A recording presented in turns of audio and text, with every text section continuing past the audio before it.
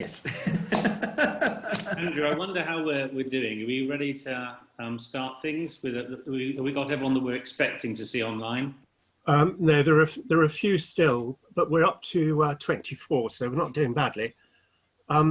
Would everybody kindly turn their microphones off unless they intend to speak, so the ambassador has a clear go at it? Thank you.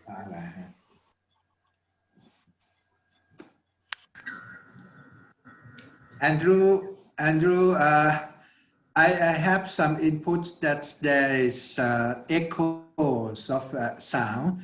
So if I may request the participants who didn't speak yet to turn off their microphone so that our sounds would be okay.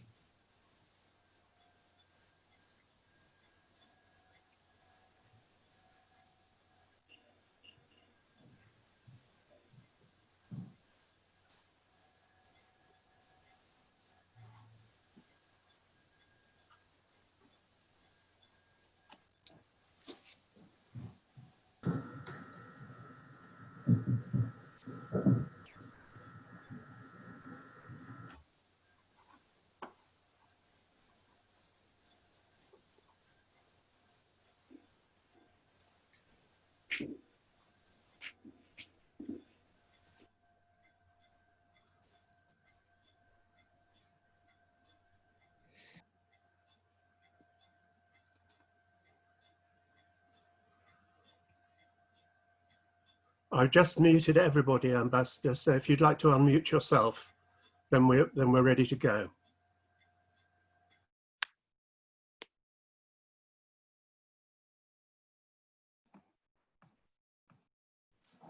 All right.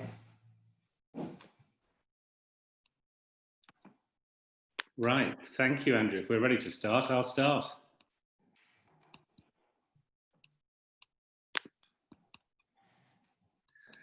Well, welcome, ladies and gentlemen. My name's Adrian Keeling. I know many of you, but not all of you. And it's my very great honour indeed to welcome His Excellency Pisanu to the Anglo-Thai Society. It's my job to introduce things today because Steve Buckley, who would normally be our chairman, is on yet another holiday, not a rare thing for those of us who know and love Steve. And Quentin Quayle has an upset stomach, so I dread to think where he is. The ambassador needs almost no introduction to most of us. He's been ambassador here since 2016, I think I'm right in saying, Ambassador. It must feel a long time for you. But he's a good friend to this society, and he's a very good friend to this country and to many of us. I toyed with the idea of introducing him as Thailand's best-looking ambassador. I know that the embassy staff only get more excited when their close neighbour, one Hugh Grant, is out and about in the street. But I thought that would be a bit cheeky, and the last thing I'd ever want to do is be cheeky to a friend of mine. But we are very much looking forward to his talk. Thailand has in many ways led the way globally in its response to this pandemic. We were lucky enough to hear from Dr. Pisanu the other month in July, when he explained to us quite high Thailand has kept its mortality rate and its infection rate at a level that other countries, including ours, can only wonder at. And to hear about the level of social engagement amongst Thai society that is nothing short of miraculous. We clearly have a lot to learn. But we're now entering a different phase of the response as we all wonder how it is best to begin to open back up our countries in the best way, to overcome the concerns of the last 6 months and to try and reposition and grow the economy, and how to balance that, of course, all the time with protecting our citizens. All necessary challenges. It's a fascinating topic, and we are very, very lucky indeed to have at first hand the ambassador and have access to his thoughts. So without more than that, I will with great pleasure pass over to the ambassador. Thank you. Well, thank you so much, Adrian, for particularly for your very kind introductions. And every time I speak with you, I feel much younger. And thank you for that. And also thanks very much for the opportunities for me to speak with friends of Thailand in the Anglo-Thai society. Well, this day, I thank ATS to give me a freedom to choose the topics to speak. And I also aim to be frank and straightforward in portraying how we want to redefine challenges and opportunities in Thai-UK relations. I also would like to share our visions in strengthening our strategic partnerships with the United Kingdom in the post-COVID-19. At these critical times, Friends of Thailand could be agents of change for the better on our cordial relations. Well, COVID-19 poses an unprecedented challenge to the world economies and causes severe disruptions to the global supply chain. We have learned to live with the new normality now, but yet the second wave is looming around the brinks of the season changes. I have discussed with many prominent people in the AFCO, Westminster's, the governments, prominent doctor in the United Kingdoms. The second wave of COVID-19 is not far away, according to their anticipation. But one good thing was that we're getting to know the disease and the virus. So people in the UK know much better how to deal with it, how to prepare themselves to deal with it. So that is the good news. But in Thailand, the situation now, as far as the COVID-19 is concerned, it is really good. Until these days, we're coming into the 100 days, the first 100 days that there's no cases of COVID-19 contracted amongst the people in Thailand. And this is something that we consider as our achievement in controlling and keep the virus at bay, not to come in to our country. However, in this globalized world where everyone's are interconnected, every state are interconnected. Now we also found that there is another outbreak in Myanmar.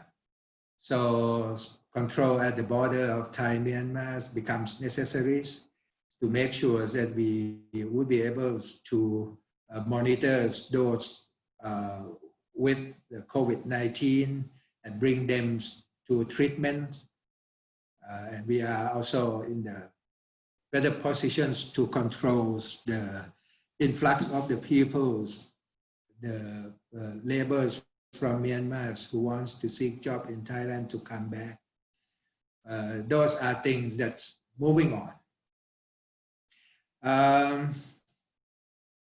The government has, of course, opted to use a stringent approach than the mainstreams. And it's because of this, it yields a remarkable success in terms of early attainment of zero local transmissions over 100 days by now. But there is a payoff for this, and it is the economic trade-off for this approach. Latest projections from the National Economics and Social Development Board indicates that Thailand economies in years 2020, one quarter to move on, is likely to show contractions between minus 7.8% to 7.3% minus. And this could be the biggest projected drop in ASEAN due to the impact on tourism and service sectors, which accounted for half of Thailand's GDP, total GDP. However, this goes along the same lines with the global and regional economic slump. The question is, will Thailand undergo an economic bust? Of course, it is a bumpy road ahead, and everyone needs to buckle up to prevent themselves from COVID-19. Thailand, like other countries, we are not immune to the unprecedented disruptions posed by COVID-19, but we are confident that Thailand will emerge stronger like we have in the previous crises. This due very much to our strong economic foundation and fundamentals and unique place on the global supply chain as a regional advanced manufacturing hubs and providers of sectors for the futures. The rationalize in this is what we call 3 R's: response, readiness, and resilience. The first R, response, is self-evident. Our national response to COVID-19 has been agile, progressive, and effective. And we gain international recognitions for our own capabilities. Pandemic management and comprehensive health care, from testing, treatment of patients, and electronic contact tracings have been systematic and surpass domestic demand. The global COVID-19 index, which assesses 184 countries based on its GCI recovery index and GCI severities index, marks Thailand as #1 on its ranking. The second R is the readiness. COVID-19 situation in Thailand, we returns to a new normalcy. Local businesses have resumed, however, it's not complacent. Sense of social responsibilities on the use of masks and social distancing remain intact. With the government's persistence campaign, always keep your guard up.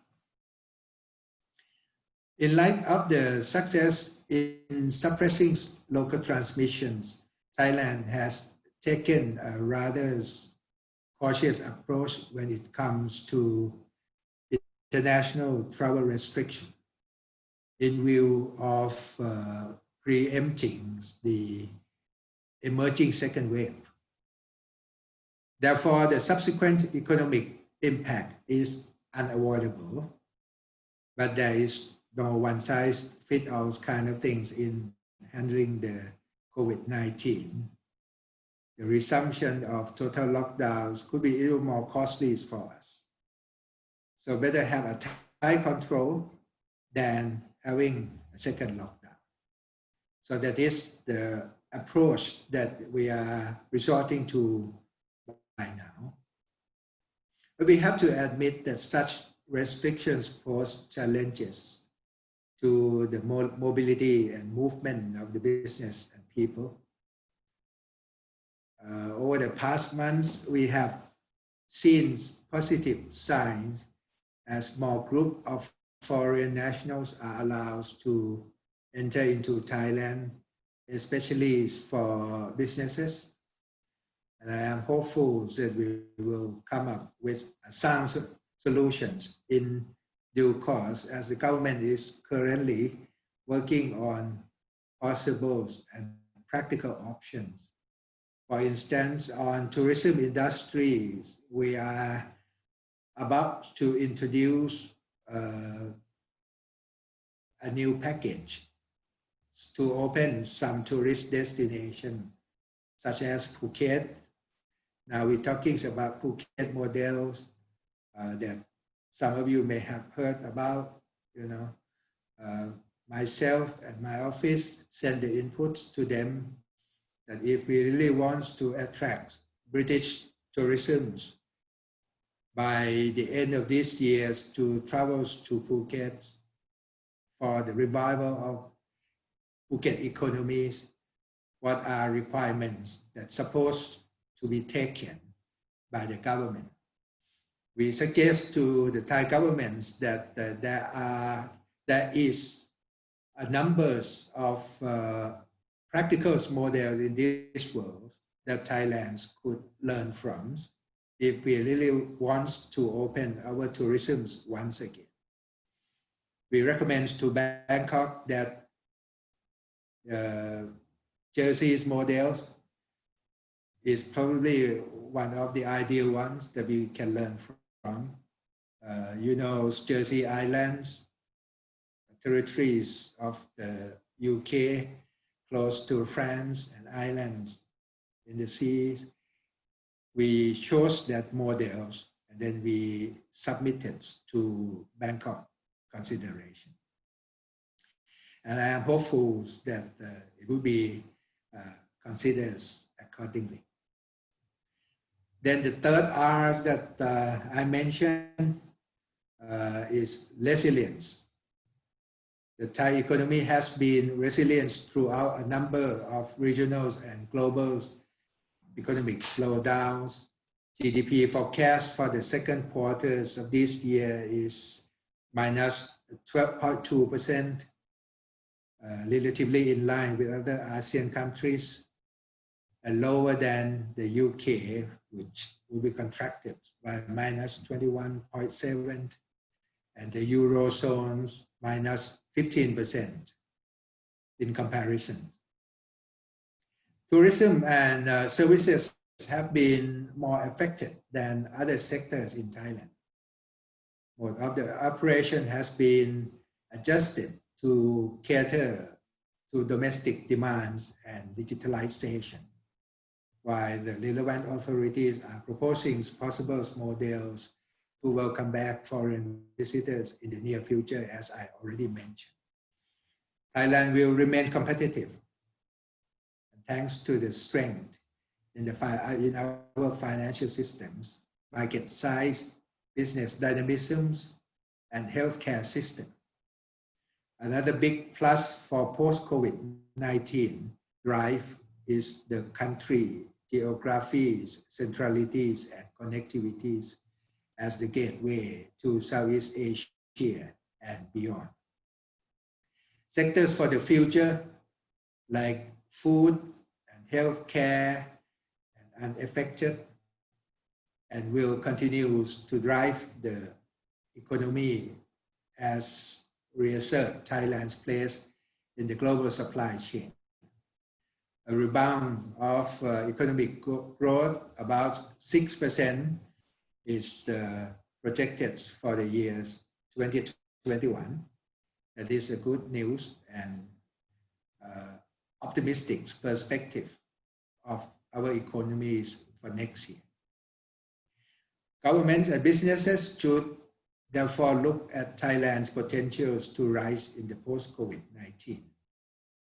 That is my recommendation, because in these emerging sectors, we are prepared to engage and we are prepared to welcome every potential business and investors who wants to work with us for our future. When we look at the economic outlook for Thailand, I think there are challenges and opportunities. But with the COVID-19, we probably have to make a simple redefining of these challenges and opportunities. If you look at the SWOT analysis, the threat to all of us, firstly, global economic recessions, and it is worse than the previous economic global economic crisis in 1997 or the Great Depression. There is also a need for us to be cautious about the possible second wave of COVID-19 during the continuation of fall and winter, and during the times of winter, some rainy seasons and winter in tropical countries. And the other challenge is continued restrictions to mobilities of business and people in this world. So those are simple threats that all of us would be aware and realize. But there is also the opportunities. Firstly, COVID-19 forced us to seize and explore of every avenues for respective countries on their own economic recovery. And in this regard, there is also something that I think or the British people also have to think about. Firstly, Brexit, because it's nearly the deadline. And because now you have policies of global Britain, so looking out to other regions is probably the most important. And Asia, if one wants to look out from their standpoint, we have the great potentials for cooperations for our mutual benefit. And in Asia, it is not just only China and India. And it is not just only ASEAN, which most of the British would like to focus on Singapore. ASEAN can serve as a bridge to China and India. ASEAN can serve as a hub for the size of market of 650 million people. So that is one thing. As a consequence of Brexit and global Britain's policies, ASEAN should be looked at. And if you look at ASEAN country, I think there is no one that in geographic position, strategic positions can be compared to Thailand.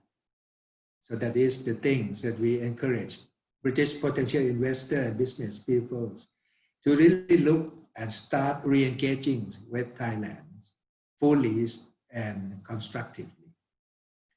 The other things that I also think that people should also realize that there is always a China factors in every equations of economic recoveries of every respective country.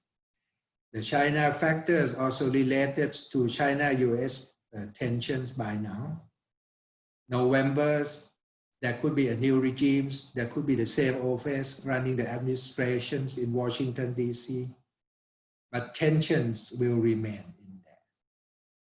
But if one realizes that if they really want to grow themselves, and China is a part of important jigsaw, of course, there must be some things that would prevent you to engage directly with China. But as engagement is necessary and important, the UK and British business may have to engage China with some other medium. I think that Thailand can provide herself as a bridge to connect constructively between the UK and China. That is the second thing. The opportunity is also new three global megatrends by now. New normals brings about initiatives about digitalization. So now governments, business, lifestyles, everything has been digitalized. So this is the opportunities for us to work together in terms of digitalization. So when I talked about a new business approach in Thailand that we want to engage with our British friends, no matter it is green, it is smart, this is another area. As long as it is a digital, it is the opportunities for Thailand and the UK. Big public spendings is everywhere in the world. In Thailand, big public spending has been allocated in the medium run 2-3 years from now, that we want to complete everything.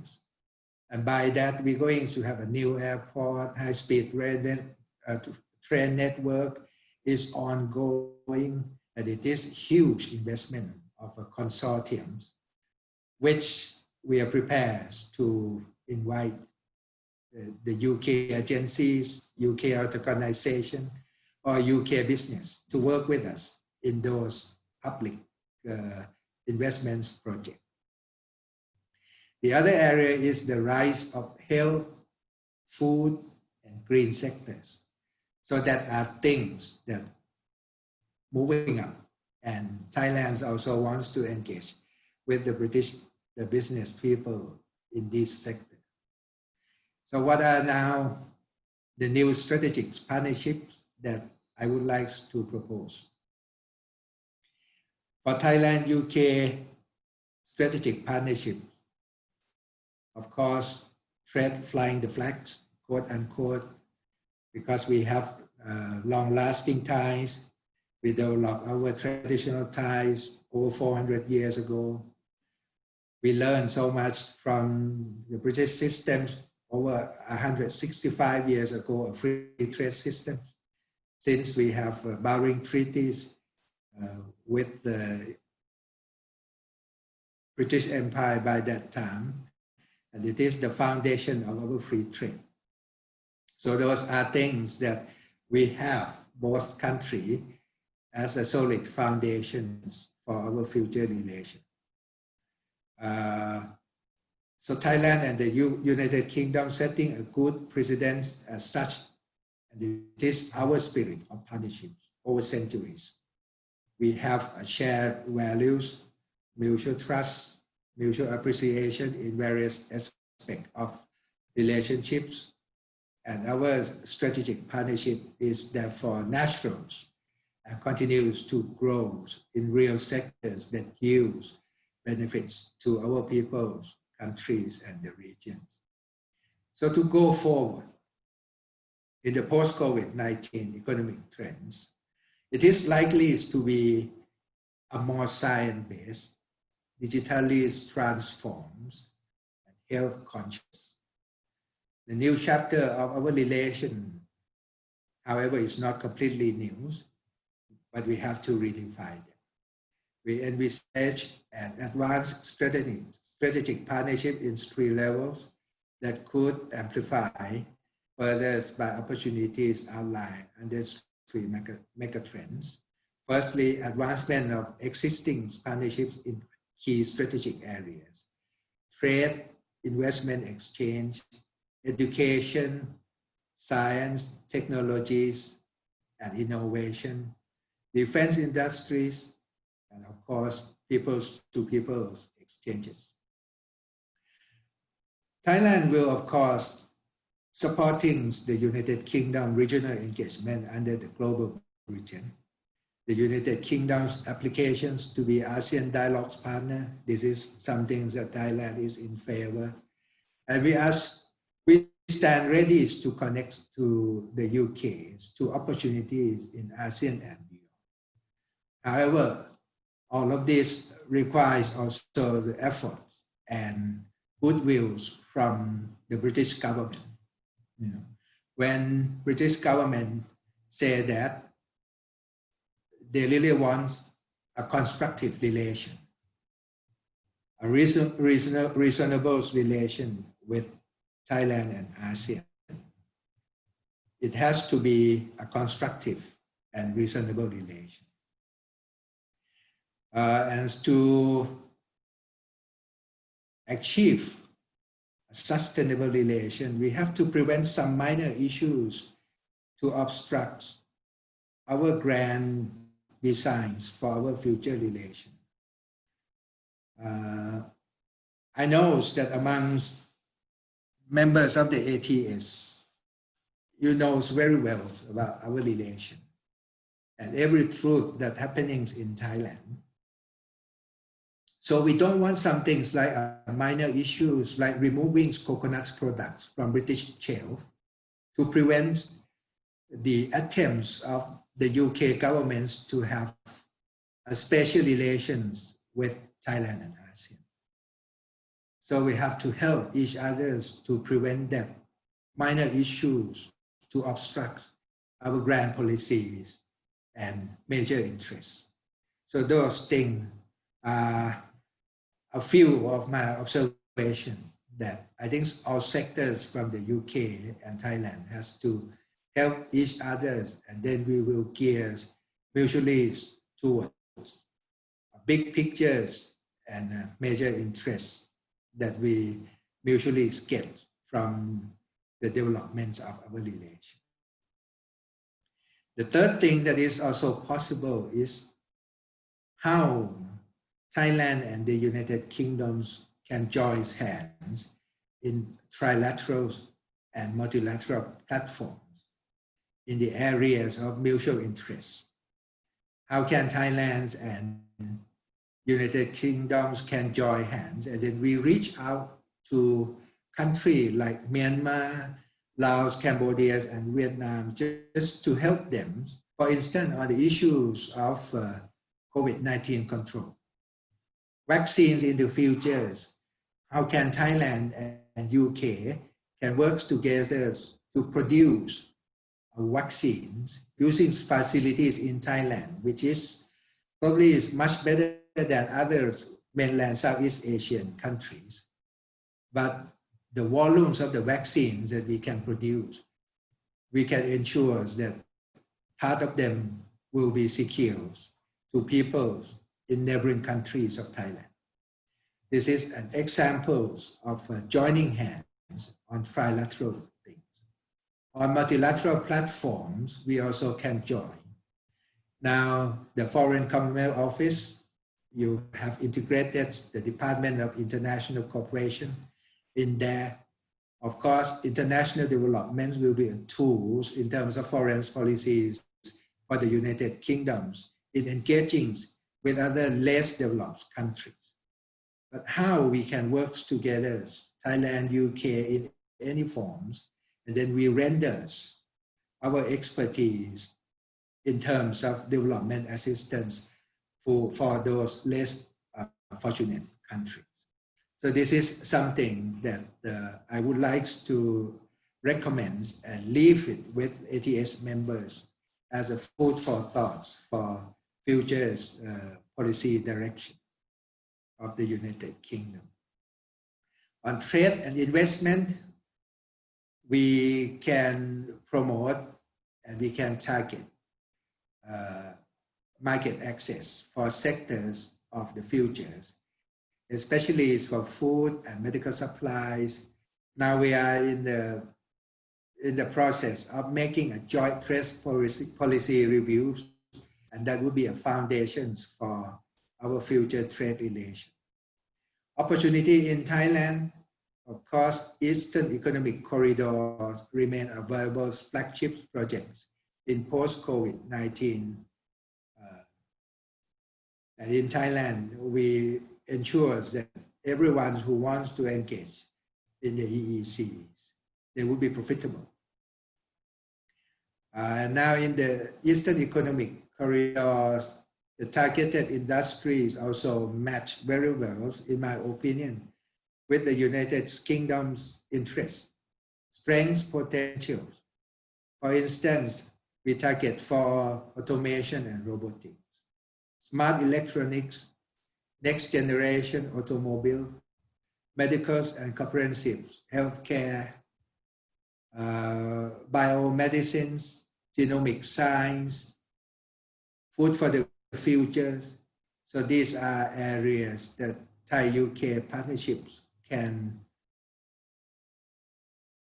further foster that cooperation and move further. That is one good thing recently is if after COVID, you would have a chance to travel back to Thailand again. Now there is a cooperation between Thai private sectors with Geely's car companies, bringing some things like black taxi cabs of London and provide a taxi service in Bangkok by now. Everything is a black cab of London, but the difference is just only that in Thailand, instead using the black colors, they use metallic gray colors, which is brighter and suitable for Bangkok street. So this is a samples of models of cooperations that happens now, and I hope that it would carry on to future achievement. Future industries in the Eastern Economic Corridor, and what we are target, the government gives priorities to this is what the so-called new S-curve. We are driving this engine of growth towards Thailand's 4.0. So we are looking for some things like digital infrastructures, especially on financial sectors. So those are the key expertise that the British potential investors could share with us and could benefit from those corporations.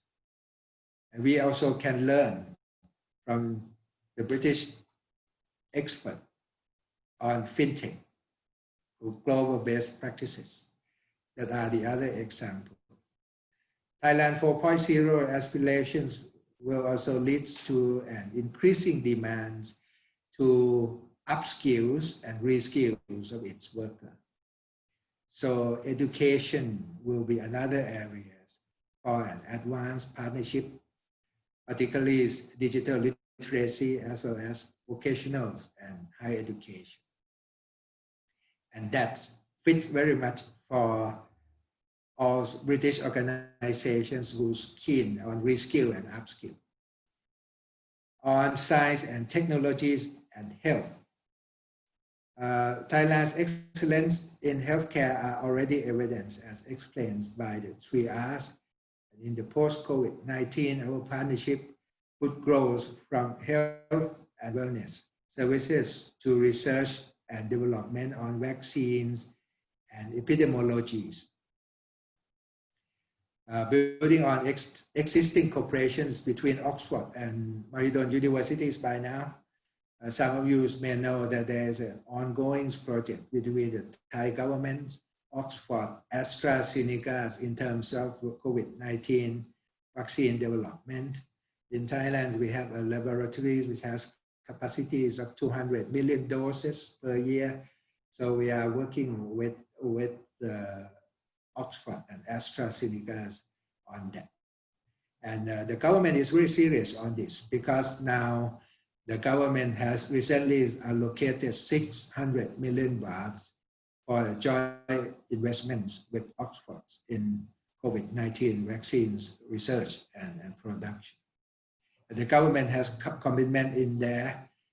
If things move on well, I think both our countries will be one of the couple of nations which is the flag bearers of COVID vaccine.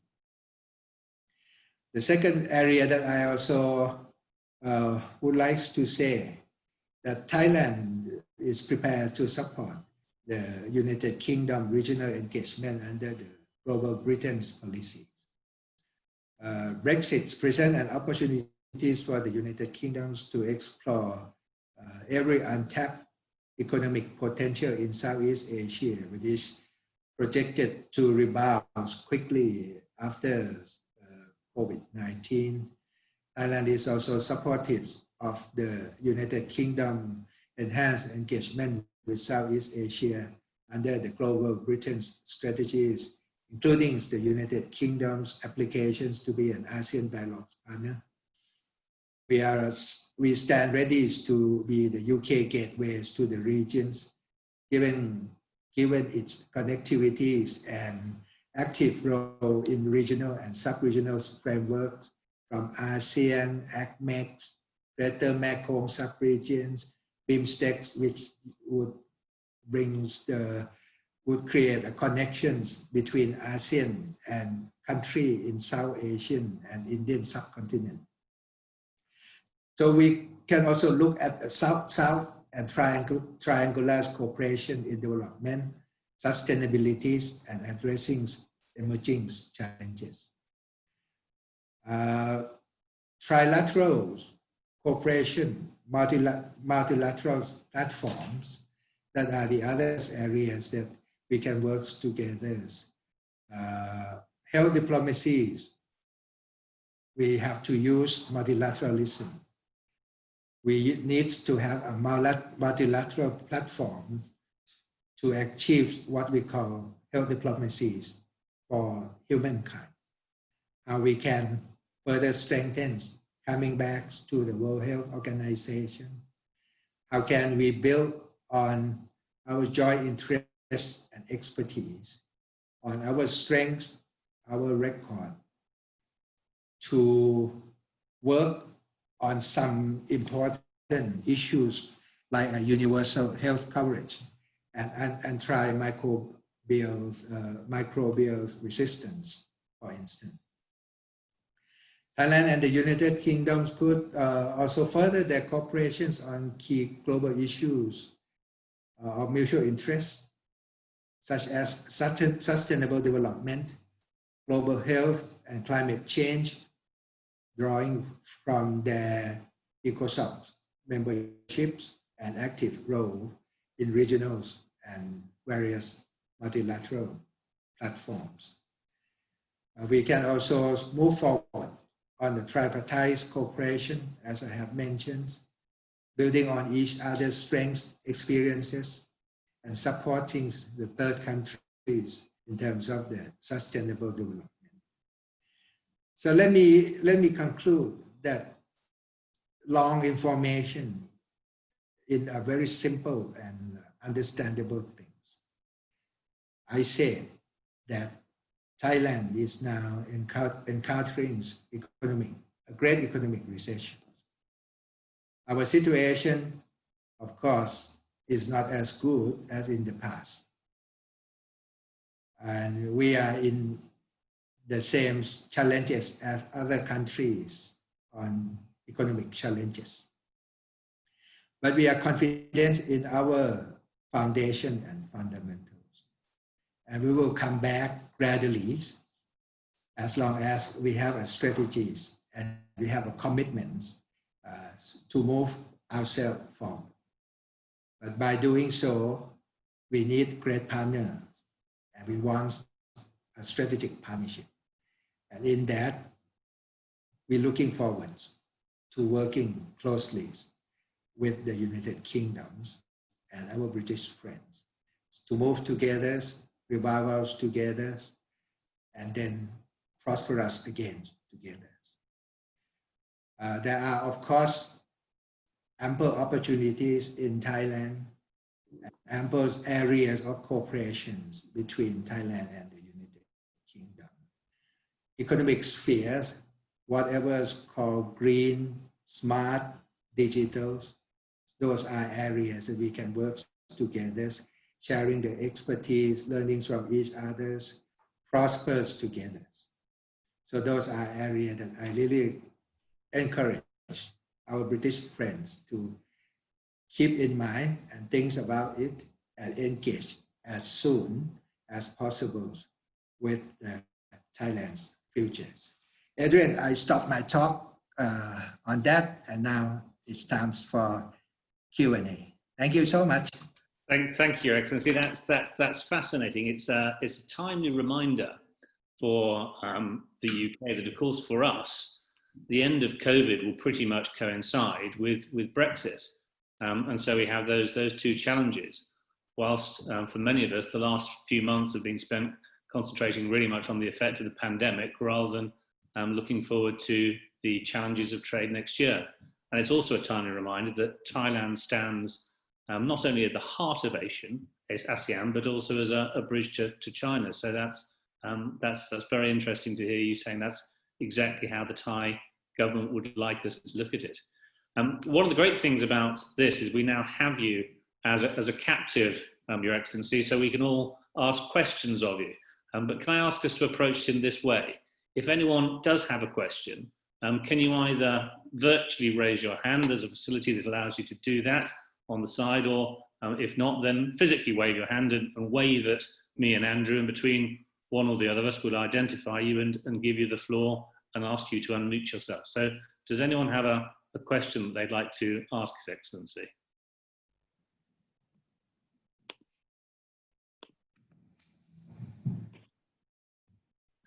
Yes.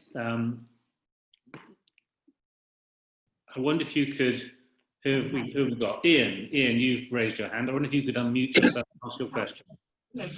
Yes, good morning. It's a pleasure to be here and listen to that fascinating analysis of where Thailand wants to go and how you've done much better with COVID than we have, which we congratulate you for.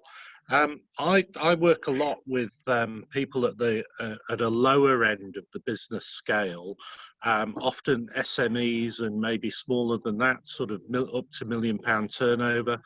And a lot of them are very, very enthused to work with Thailand and to develop a relationship with Thailand.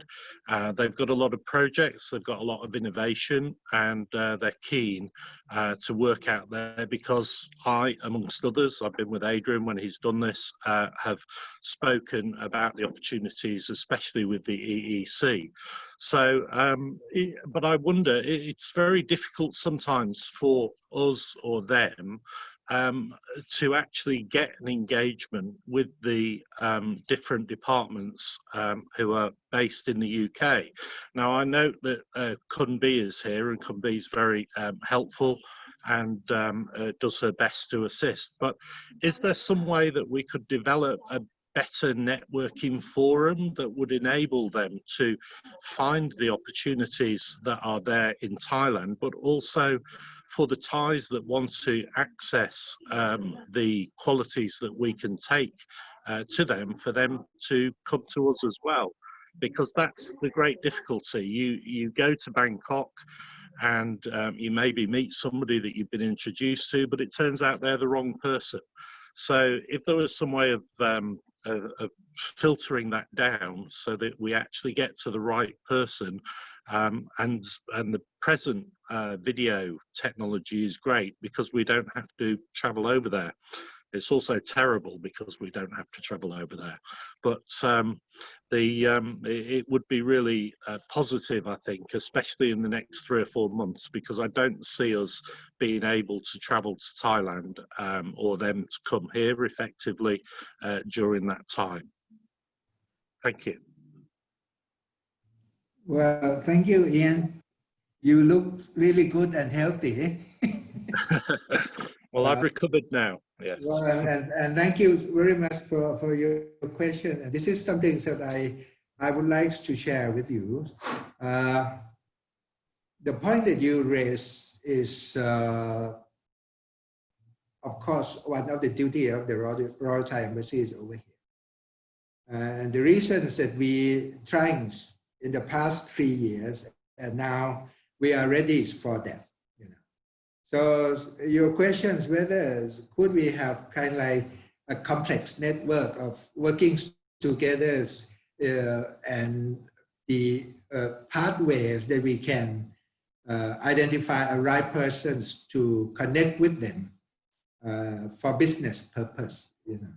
So as far as the Thai Embassy is concerned, we redefine ourselves.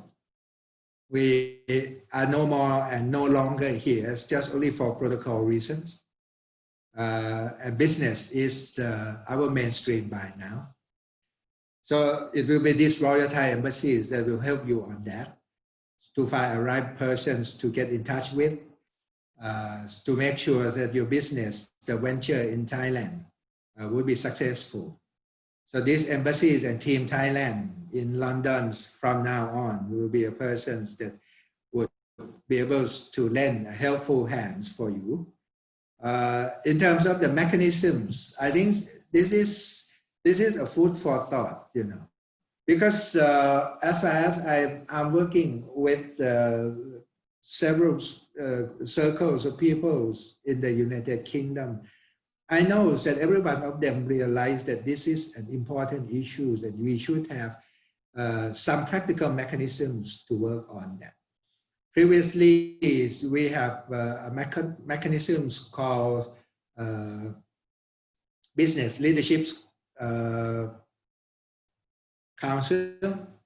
I also know that now there is a movement from certain groups of people who wants to run that in a formal way and to provide a service as much as possible to every potential British business people who really wants to engage with Thailand. I will follow up this and will monitor everything and share the information for the ATS, how progress they are and how effective they are. We also, the Royal Thai embassies also work actively with the ASEAN UK Business Council. That is probably another forum that we can help you, because now they are very active, and according to the global Britain's policies, they has been empowered. Now they reach out to ASEAN, they have a branch office in ASEAN, and now I'm going to encourage them to have a branch office in Bangkok, if they can. The other option, this is what we're working now today, but I'm trying to formalize them and to institutionalize them in a way, working with the British Chamber of Commerce in Bangkok. So I think that would be one of the things that I also have in the idea, how to institutionalize them and having them as helping hands for SMEs and British business from here, so that they can identify who is a right partners to run business with them in Thailand. So these are things that happening now, and I know, Ian, that with your extensive understandings about Thailand, and if you collaborate with me in working on these issues, we will be successful. Thank you. Thank you very much. I'm, of course, always willing to collaborate with you. Thank you, Your Excellency. Good morning. Thank you, Ian. Any other questions, please? I think we had one earlier, but it seems to, Tiziano, did your hand was raised? Yes. What's your question? Thank you, Your Excellency. I really very much enjoyed the discussion that and the talk that you gave us. Thailand has been one of the more conservative countries in terms of closing its borders, keeping its borders closed, and travel restrictions. Is the stance to continue to do so until a vaccine is widely administered? I fear that such a conservative approach would be quite detrimental to, as you rightly mentioned, the tourism industry here, because that could be quite a long time to keep our borders closed, and it would be very detrimental to businesses, both Thai businesses going abroad as well as vice versa. Yes, thank you so much. I think for the time being, the measures that the government introduced to control COVID is much less stringent. Well, one of the achievements of the exercise in the previous months was education for people to realize how to prevent themselves from COVID-19.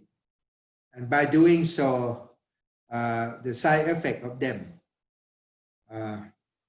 is the people moods against COVID-19. So when the people, when the government said that we are free from COVID, the internal contractions of COVID-19 for 100 days already, and we consider ourselves successful, they also say that, but there is a case, but it is the people from overseas coming back, bringing the virus in.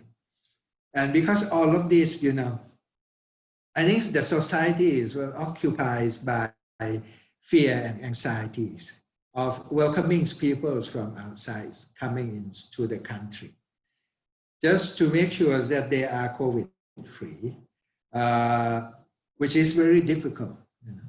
So we are, in other words, victims of our own achievement.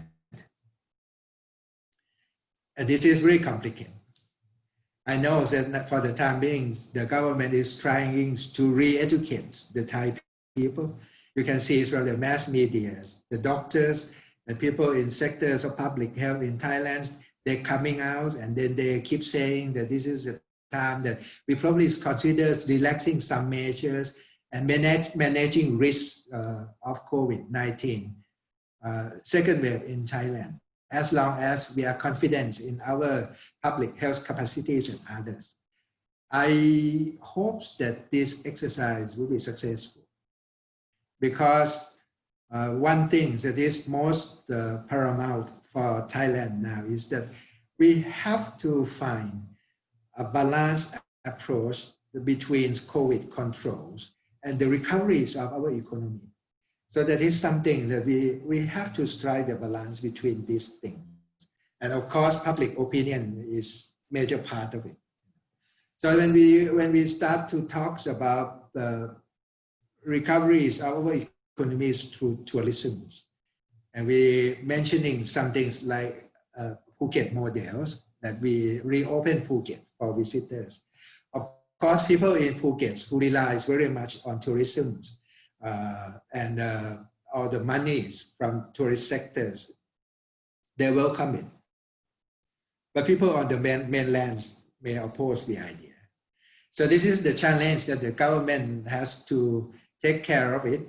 And that's why a mission abroad was assigned to look into the matters and find the ways and possibilities how we can revive these things to the best practice models all around the world.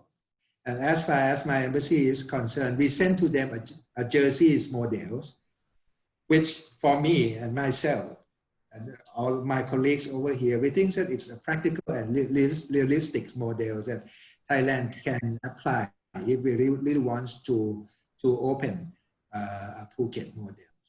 So be with us, you know, supporting us, and count on us that we will move forward with more relaxing measures, striking the balance between these two poles of COVID controls and economic recoveries.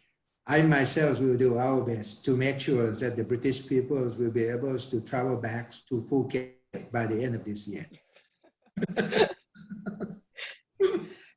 Thank you very much. You're very right in the way in what you say about how, in a way, we've been so successful here in Thailand that in a way, in a small way, we've been a victim of our own success in many ways, because now people are very wary of opening up borders. Thank you. Thank you. And we might all hold you to that trip to Phuket you just promised us. I know it's about just gone midday, so unless there's anyone else that has a quick question for the ambassador, that's probably as much of his valuable time as we dare take up. Is there anyone else that has anything that they'd like to ask him? Can I have another quick question, Adrian? Okay, the answer is on the word quick, of course you can. It is very quick. Why is Thailand, after being recognized internationally of having successfully overcome or dealt with the COVID problem, still on the red list for the UK? Well, is that quick? The question is quick. I'm not sure the answer is. I really want to know too, you know. But I know and I don't understand things well, because for for the UK governments, when they put people in a travel corridor list, they have certain criteria, and those are complex criteria. It is not just only statistics and measures that introduce. It is not international recognition. There are some things much more than that the British government is taking into account before they integrate that country into the travel corridor list.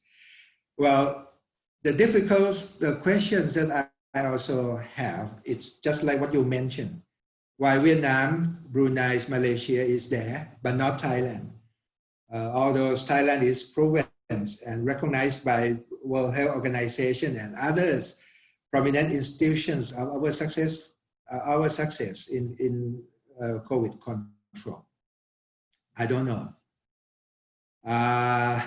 But, well, if I have to reply to a friend, it probably is because Vietnam is now chair of ASEAN. So, and because the British government wants to be a dialogue partner status with ASEAN. And why Brunei is because Brunei is going to be the next chairman. Well, that is probably true. You know. But what I know also is that no matter is there any hiccups in our bilateral relations causing misunderstandings, our traditional relation remains very, very strong and constructive. I'm working behind every issues in our relation. I know that I received really, really friendly cooperations from all friends of Thailand who are British, who understand Thailand, who wants to help us, who wants to see our bilateral ties prosper together. And that is something that I appreciate so much working here as a representative of Thailand in this country. Thank you. Thank you. Well, thank you, Ambassador. Thank you very much, not only for today and for giving us this talk, but also for everything that you do for the Anglo-Thai Society. We are enormously grateful, and we very much value your support and your friendship and that of your embassy throughout the year. But thank you in particular for today, and it's lovely to see you. Thank you. Thank you so much, Adrian. Thank you. Thank you.